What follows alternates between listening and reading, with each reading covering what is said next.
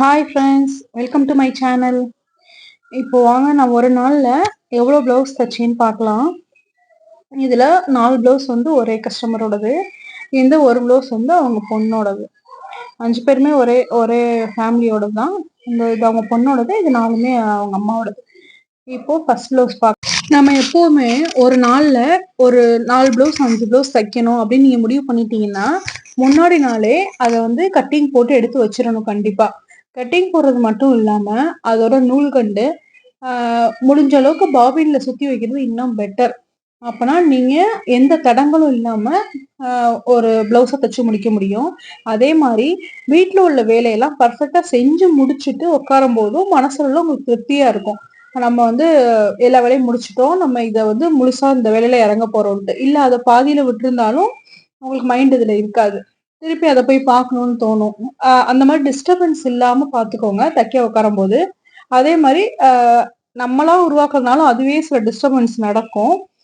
சில நேரம் கரண்ட் போகும். கரண்ட் போறதுதான் மெயினான ஒரு மைனஸ். அதுவும் இல்லாம இந்த பவர் மிஷின் வைக்கிறவங்களுக்கு மெயினான மைனஸ்.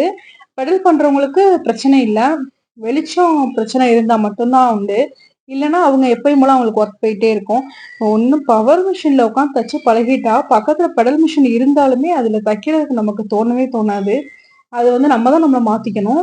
அர்ஜென்ட்டா ரொம்ப அர்ஜென்ட்டா இருந்தா மட்டும்தான் அதுல உட்காரணும்னு தோணும். இல்லைன்னா சரி கரண்ட் வரட்டும் பாத்துக்கலாம் அப்படின்னு தான் தோணும். இது நான் ஆரம்பிக்கும் போது கரெக்டா காலையில ஒரு 10:30 மணி இந்த பிளவுஸ் எல்லாம் எடுத்து ஆரம்பிக்கும் போது. எப்போதுமே நார்மலா நீ இதே மாதிரிதான் தப்பீங்களா அப்படின்னா 1-2 பிளவுஸ், ஒரு பிளவுஸ் இன்னைக்கு வந்து குறையலாம். இதே அளவே தைக்க முடியும். யாராலுமே ஒரு நாள் தைக்கிற மாதிரியே இன்னொரு நாளும் தைக்க முடியாது கண்டிப்பா. அதனால நம்மளே தான் நம்மளை வந்து கொஞ்சம் மோட்டிவேட் பண்ணிக்கணும். நமக்கு அதுவே ஆட்டோமேட்டிக்கா எப்போ மோட்டிவேட் ஆகும்னா நம்ம கஸ்டமர் வந்து அர்ஜென்ட் பண்ணும்போது நம்ம தச்சுதான் ஆகணுன்ற ஒரு கட்டாயத்தை தச்சிருவோம். ஆனா கஸ்டமர் வந்து அர்ஜென்ட் பண்ணலைன்னா நம்ம வந்து அப்படியே லேட் பண்ணிட்டே இருப்போம். டைம் இருக்கும், ஆனா நம்ம தைக்க மாட்டோம். இப்போ வந்து நம்ம ஒரு வீடியோக்காக நம்ம இவ்வளவு தூரம் தைக்கிறோம்னா கண்டிப்பா வீடியோக்காக கொஞ்சம் எக்ஸ்ட்ரா எஃபோர்ட் தான். நார்மலா இப்போ வந்து டெய்லர்ஸ் வந்து ரேட் பண்றது காரணமே நம்ம அர்ஜென்ட் பண்ணாததான். இதுல சில கஸ்டமர்லாம் அட்வான்ஸ்டா இருப்பாங்க. 2 நாளைக்கு அப்புறம் தான் பிளவுஸ் தேவைப்படும். ஆனா எனக்கு ஒரு வாரத்துக்கு முன்னாடி இந்த டேட்ல கொடுத்துருங்க அப்படின்ட்டு அர்ஜென்ட் பண்ணுவாங்க. தச்சு தச்சு முடிச்சுட்டு ஃபோன் பண்ணோம்னா வந்து வாங்கவே மாட்டாங்க. அப்பயே நமக்கு தெரியும் இவங்களுக்கு வந்து இப்போ வந்து இவங்களுக்கு தேவையில்லை அப்படின்னு. அதை சொல்லியிருந்தா நம்ம கொஞ்சம் பொறுமையாவது தச்சிருக்கலாம். ஆனா அவங்க நினைக்கிறபடியும் நம்ம சில டைம் இருக்கதான் செய்யணும். இருந்தாலும் இவ்வளவு ஒரு 2 நாளைக்கு முன்னாடி சொல்லலாம், 3 நாளைக்கு, ஒரு வாரத்துக்கு முன்னாடியே சொல்றதெல்லாம் நம்மளோட தைக்கிற இன்ட்ரெஸ்டே குறைச்சிரும். இப்ப அவங்க பிளவுஸ் வந்தாலே இவங்க வந்து அர்ஜென்ட் பண்ணுவாங்க அப்படின்ட்டு. இப்போ நம்ம டெய்லர்ஸ்க்கு வந்து ஒரு இன்ட்ரெஸ்ட் இருந்தாதான் அந்த பிளவுஸ் அழகா வரும். என்னதான் எவ்வளவுதான் நம்ம வந்து அனுபவம் இருந்தாலுமே ஒருத்தவங்க பிளவுஸ் கொண்டு வர்றாங்கன்னா அவங்களுக்கு தச்சு கொடுக்கணுன்ற ஆர்வம் வந்து நமக்கு இருக்கணும். அப்பதான் அந்த பிளவுஸ் வந்து பெர்ஃபெக்டா வரும். இப்ப தச்சு முடிச்சிட்டேன். என்னென்ன தச்சிருக்கேன்னு பாக்கலாமா? இது வந்து அந்த பொண்ணோட பிளவுஸோட பட்டு பாவாடை, அந்த இதோ பாவாடை. அதுக்கு வந்து சைட்ல மட்டும் மூட்டிட்டு கீழே ஹைட் அதிகமா இருக்குன்னாங்க, ஹைட்டை கொஞ்சம் குறைச்சிட்டு நாடா போட்டு கொடுத்துருக்கேன். அப்புறம் இதோட பிளவுஸுக்கு நாட்டு வச்சுட்டு அதுல மணி வைக்க சொன்னாங்க.